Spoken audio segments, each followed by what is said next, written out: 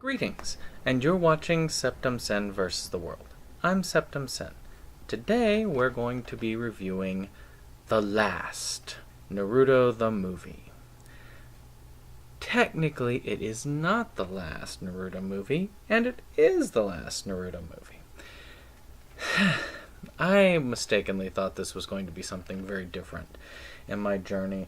I thought to myself, oh, they're taking the manga and they are doing the last part of the manga here because they're ending the series, right? No, the series is going on for a couple of years beyond this. And this was technically supposed to be the last Naruto movie. And as you'll probably tell from my next video, this will technically be the last of them. So let's go ahead and get started. This movie kind of bridges the gap between the manga, Naruto Shippuden manga, and of course Boruto, which is the new Naruto series that's out. Because the Naruto manga ends, spoilers, 3, 2, 1, good. Alright. It ends with Sasuke and Naruto fighting, but coming together again, with Naruto eventually going towards heading the village, and Sasuke protecting it from the shadows. So, right now, Kakashi is the leader, he's the Hokage, and Hinata is actually trying to work up her courage to finally, say, look, let's go out, let's actually date. She's told him her feelings several times, but apparently Naruto still hasn't gotten it because he's very thick-headed. Years have passed, I still don't quite get where this had to be dragged out, but it is a very sweet story in that sense. And of course, because this is a shonen movie, you have to have a villain.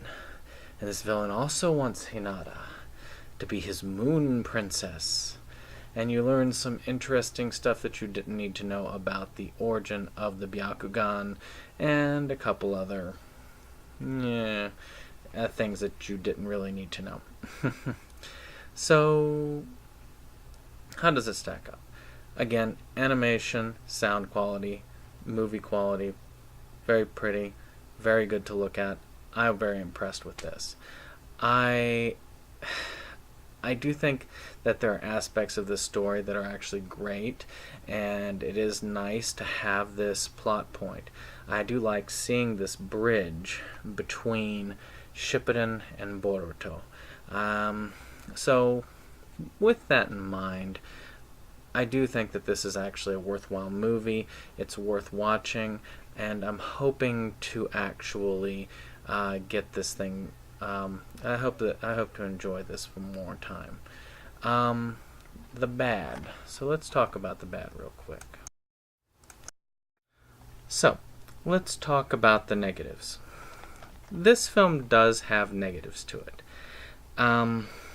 One of them is that, well, you don't really need this story overall. Not the way they did it. Hinata already told him her feelings. It kind of leaves Naruto looking more and more like a knucklehead.